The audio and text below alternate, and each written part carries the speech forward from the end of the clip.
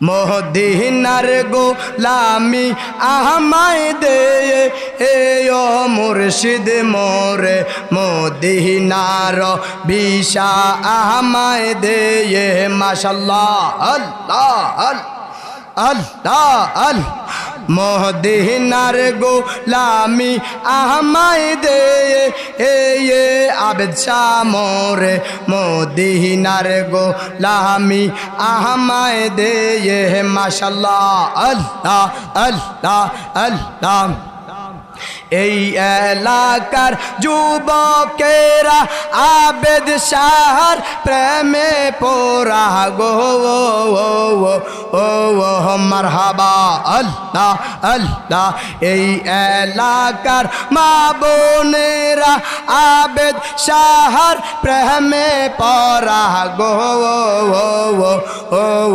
মাশাআল্লাহ আল্লাহ আল্লাহ দয়া করে পাসপোর্ট বিশা দে হে বাহাদুর শাহ মদিনার গোলামি আমায় দে মাশাআল্লাহ আল্লাহ আল্লাহ আল্লাহ আল্লাহ ফানা ফানা আল্লাহ আল্লাহ আল্লাহ আল্লাহ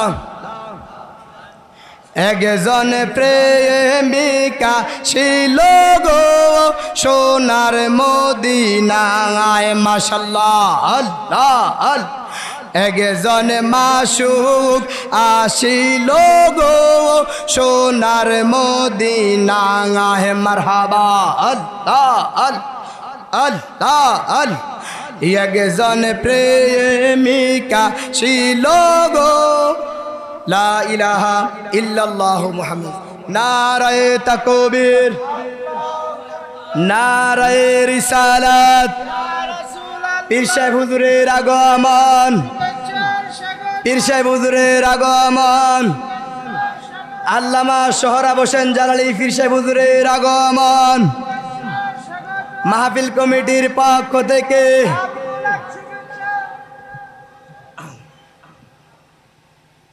সবাই বলি মারহাবা। আমার মহান মুর্শিদ ঐতিহ্যবাহী জালালিয়া পাক দরবার শরীফের বর্তমান গদিনিশীন পীরে তরিকত পীরে কামেল হযরতুল আল্লাহ হযরত মাওলানা আল্লামা সোহরাব হোসেন জালালী হুজুর এসেছে, সবাই বলি মারহাবা। আমার দিকে তাকান, বাবা এখনই চলে আসবে, আমি মুক্তাসার কিছু কথা বলবো। আমরা কিছুক্ষণ আগে মাঠে কি এশার নামাজ পড়েছি, কথা বলেন কিসের নামাজ? এশার নামাজ পড়েছি। এই নামাজ পড়াতে আল্লাহ খুশি না বেজার? কথা বলেন না কেন? যেই ব্যক্তি নামাজ পড়ে না সে কখনো এক নেই, কথা বলেন না কেন? আমাদের মাঝে এসে উপস্থিত হয়েছেন আমার মহান মুর্শিদ কিবলা ঐতিহ্যবাহী জালালিয়া পাক দরবার শরীফের বর্তমান গদিনিশীন পীরে তরিকত পীরে কামেল সারা বাংলার সৃষ্টিকারী বক্তা যুবকদের আইডল হযরতুল আল্লাহ হযরত মাওলানা আল্লামা সোহরাব হোসেন জালালী, সবাই বলি মারহাবা। আল্লাহ তাআলা যেন হুজুরের হায়াতের মধ্যে বারাকা দান করবেন না আমিন। আমি 2 মিনিট ছেড়ে দেব, হুজুরের হায়াতের মধ্যে আল্লাহ বারাকা দান করবেন না আমিন। দেখবেন আমরা হুজুরের জন্য কেন দোয়া করছি? যেমন আমরা যখন ফুটবল খেলি না, কথা বলেন না কেন, ফুটবল খেলি না, যখন দেওয়ালে আপনি ফুটবলটা হাত দিয়ে এভাবে মারবেন, এটা আপনার সামনে আপনার হাত আবার ব্যাক করবে না? আল্লাহর ওলিদের জন্য দোয়া করলে ওলিদের উসিলায় দোয়াটা আবার ব্যাক হয়ে আপনার আমলনামা চলে আসে। জোরে বলেন সুবহানাল্লাহ। তাহলে আমরা একটা জিনিস জেনে নিলাম, সারা বাংলাদেশের মধ্যে আবেদ শাহ মাদানী, শেরে গাজী আল্লামা আমিরুল ইসলাম জালালী, আল্লামা রেজভী ব্যতীত সুন্নিয়তের কথা চলবে না। যদি চলে সুন্নিয়তের কথা চলতে গিয়ে আবেদ শাহর কথা বলতে হবে, জালালীর কথা বলতে হবে, রেজভীর কথা বলতে হবে, ঠিক কিনা বলেন? কথা বলেন না কেন?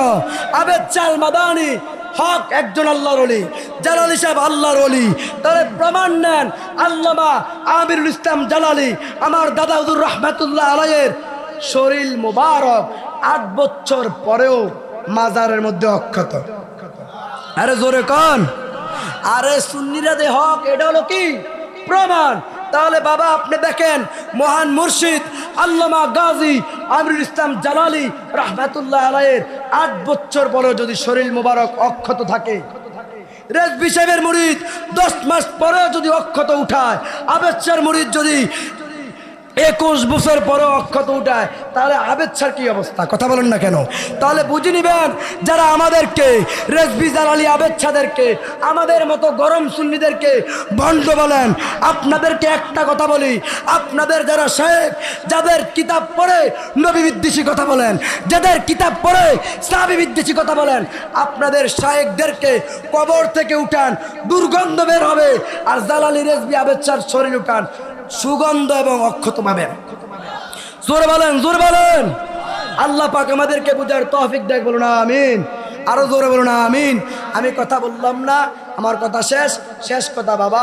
5 ওয়াক্ত নামাজ পড়বেন, 5 ওয়াক্ত নামাজের মধ্যে তাসবিহাতগুলো পড়বেন, পারলে তাহাজ্জুদের নামাজ পড়বেন। সব সময় আল্লাহ পাকের দরবার দোয়া করবেন, আল্লাহ আমার অভাব অনটন হিংসা অহংকার দূর করে দেন মাওলা, আমাকে মানুষ বানিয়ে দেন, আমাকে গুনাহমুক্ত জীবন দেন, আমাকে গুনাহমুক্ত জীবন দেন, আমল ও জিন্দেগি দান করেন। সকলে বলুন আমিন।